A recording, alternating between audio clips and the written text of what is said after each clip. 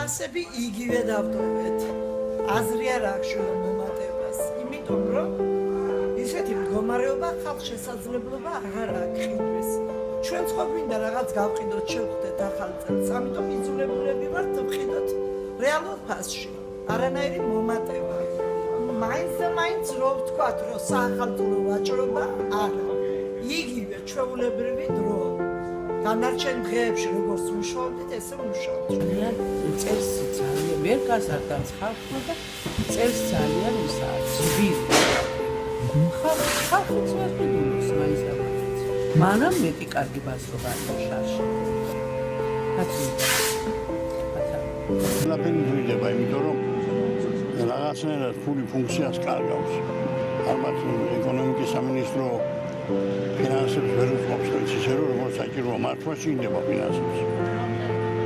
ამიტომ ნაკლებია ყველაფერი. გაძვირებას რა აზრი აქვს? თუ გინდა მოუმატო, მაინც ვერ ყიდულობს კაცი. არა. ძვირია, ბარა.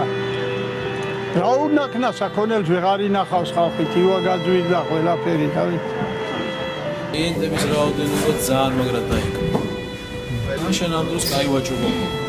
ბევრად კაი, ბევრად კი არა ძალიან მაგრად ვაჭრობა.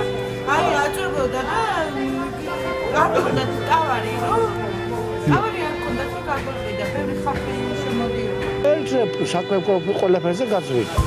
ყველაფერი გაძვირდა.